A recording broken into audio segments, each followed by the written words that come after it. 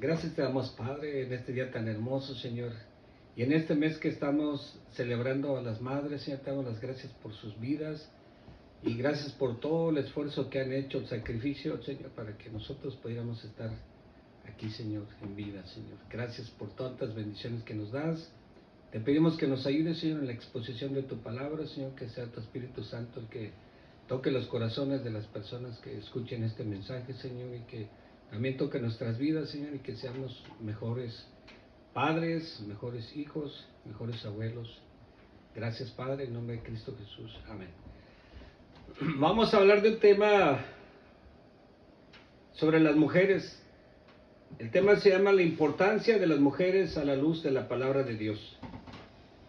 Debemos reconocer la importancia de las mujeres, las cuales han participado en batallas bélicas, en la educación, y también se han distinguido por su gran bondad y contribuciones materiales y económicas para que continúe predicándose la palabra de Dios, y también como guías en la toma de decisiones muy importantes.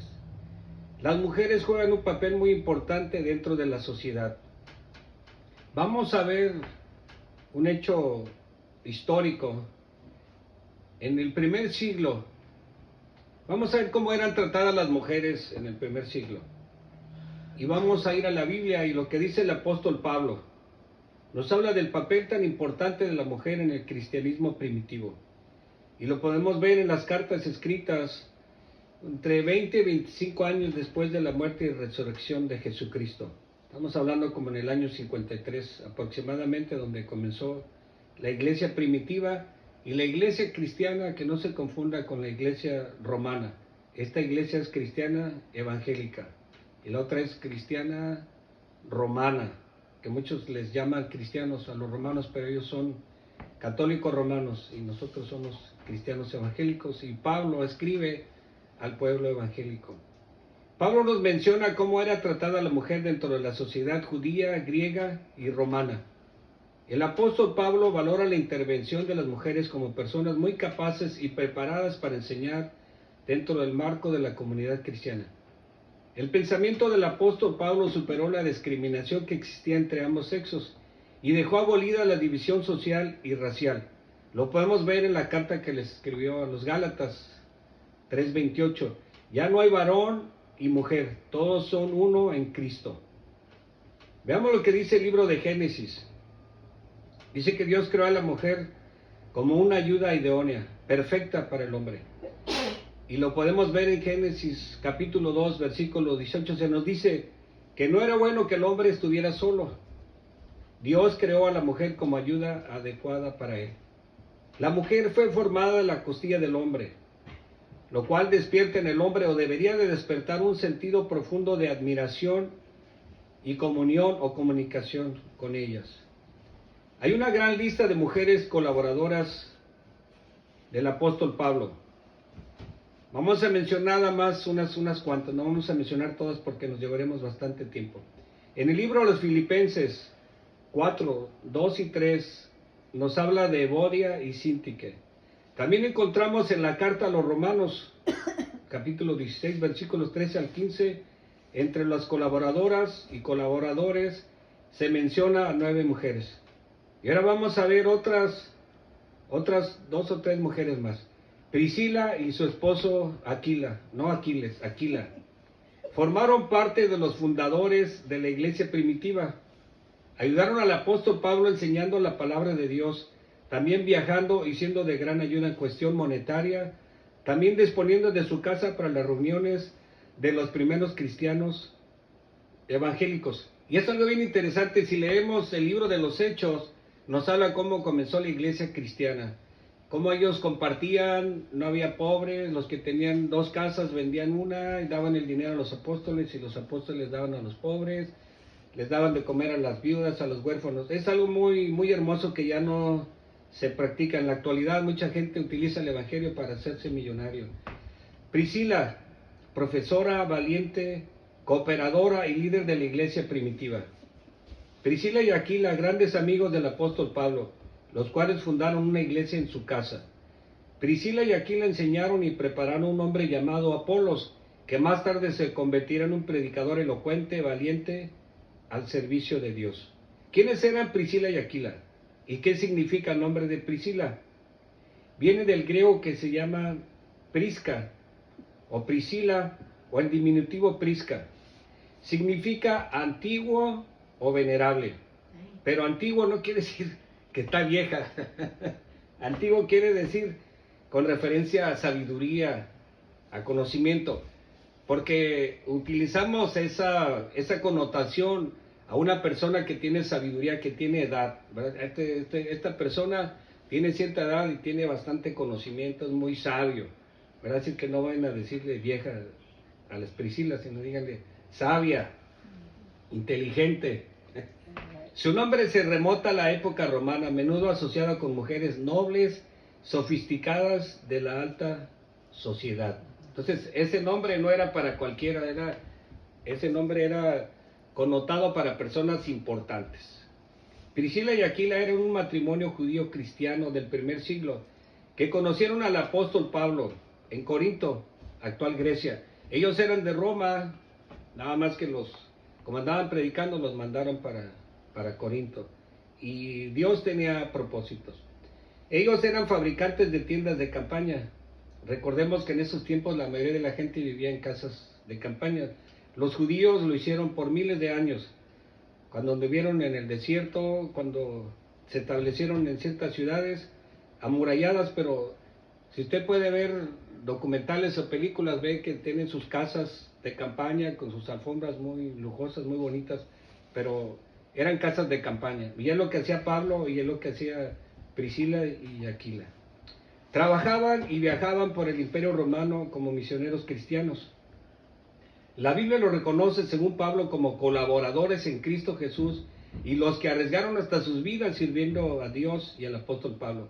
Recuérdense que en esos tiempos comenzaba la iglesia primitiva y era perseguida, entonces los mataban.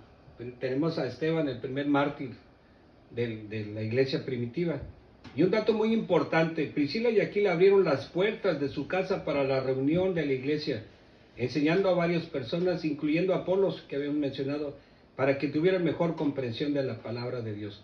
Por eso el apóstol Pablo expresaba su gratitud y cariño reconociéndolos como colaboradores valiosos para su ministerio. Este matrimonio nos debe de servir como ejemplo para servir a Dios y un gran modelo de matrimonio cristiano para nuestra época que tanta falta hace. En sí la pareja tiene más fuerza que uno solo. La Biblia nos dice que dos son mejor que uno. Encontramos a una mujer extraordinaria, Lidia, parecida a Priscila, comerciante también, pero ella vendía ropa de púrpura y esa ropa era exclusiva. Es como ahorita la mejor marca de ropa que haya. Entonces no cualquiera podía usar esa ropa. Entonces ella tenía influencia con ciertas personas de alto rango y también tenía dinero. Entonces ella utilizó su hogar y su dinero para ayudar a Pablo y expandir el evangelio en Europa. Podemos ver que las mujeres hay gratitud, disponibilidad y servicio, y ellas lo hacen con hechos, no con palabras. ¿Cuántas personas prometen y no hacen nada? Y ellas no, ellas disponían su dinero, su tiempo, arriesgaban hasta su vida por predicar el evangelio. Vamos a ver otro personaje, Esther.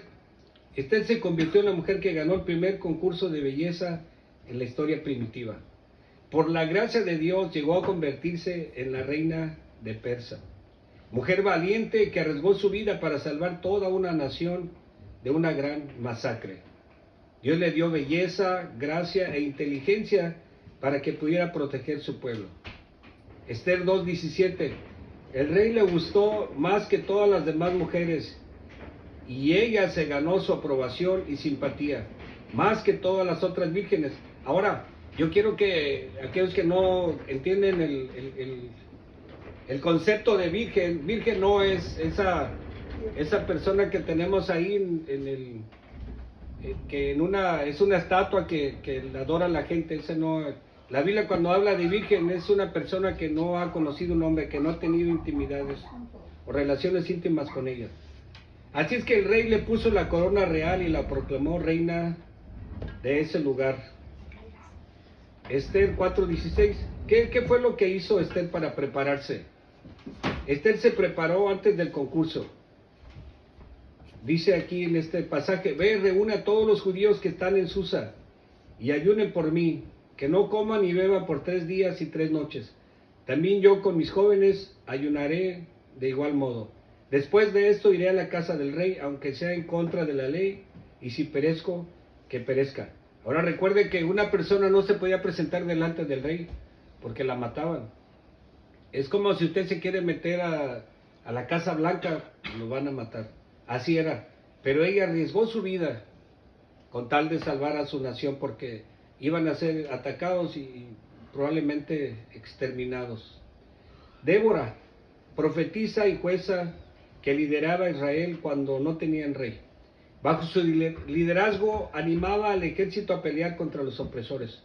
Durante su reinado de 40 años, Israel tuvo paz. Mujer que juzgaba a Israel y lideró las tropas en una victoria contra los cananeos. Jueces 4:4-6. Débora, mujer profetisa, esposa de Lapidot, juzgaba entonces en Israel porque no tenían rey. Estaban dispersos en las montañas porque los cananeos les habían destruido sus campamentos y su ciudad. Ella se sentaba bajo la palmera de Débora, entre Ramá y Betel, en la montaña de Efraín, y los israelitas acudían a ella para que decidieran y les ayudara a resolver sus problemas. Dios le dio la victoria a Israel a través de una mujer. El ejército israelita, informalmente improvisado, participó en la batalla contra los cananeos, pero Dios le dio la victoria a través de una mujer que se llamó, ahorita les voy a dar el nombre, y esa mujer mató al jefe del ejército enemigo de Sísara, comandante del ejército cananeo. Por otra parte, Barak fue el que improvisó el ejército israelita. Trajo campesinos y trajo toda la gente que estaba dispersa. No eran soldados ni tenían armamento, pero logró juntarlos. Dios le dio la victoria en el monte Tabor, cuando Dios mandó una gran tormenta donde se libraría la batalla. Sísara y su ejército quedaron atrapados en el lodo y ahí fueron derrotados. Sísara es el comandante del ejército cananeo. Sísara huyó a la aldea más cercana, pidió refugio sin saber que ahí la mujer de nombre Jael lo asesinaría.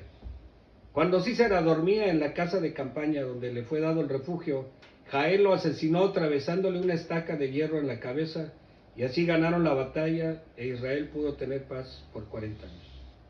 Febe, nombrada supervisora y diácona de la iglesia en Cencrea. Carta a los Romanos, capítulo 16, versículos 1 y 2. Le recomiendo a Febe, nuestra hermana diaconisa de la iglesia de Cencreas. Recíbala en el nombre del Señor, de una manera digna de los santos, y ayúdala en cualquier cosa que necesite, pues ella ha sido protectora, inclusive de mí mismo. Ella también arriesgó su vida por Pablo. Podemos ver la labor de las mujeres en hacer las cosas y hacerlas bien. Las mujeres son más valientes y dedicadas que los hombres. Por último, vamos a ver a María, la madre de Jesús. También arriesgó su vida confiando en Dios, siendo un vaso útil para dar vida al Salvador del mundo. Ella educó al niño Jesús y también sufrió mucho cuando vio a su hijo ser crucificado, pero se gozó bastante cuando lo vio resucitado. Vamos a la conclusión. Las mujeres temerosas de Dios han sido de gran bendición y lo seguirán haciendo. Demos la honra que merecen, y yo le recomiendo que valore a su madre, dé gracias a Dios por su vida. La misma Biblia nos dice que honremos a nuestros padres para que todo nos vaya bien y podamos vivir más años. Que Dios les bendiga y confíen en Dios, honren a sus padres. Les amamos en el nombre del Señor.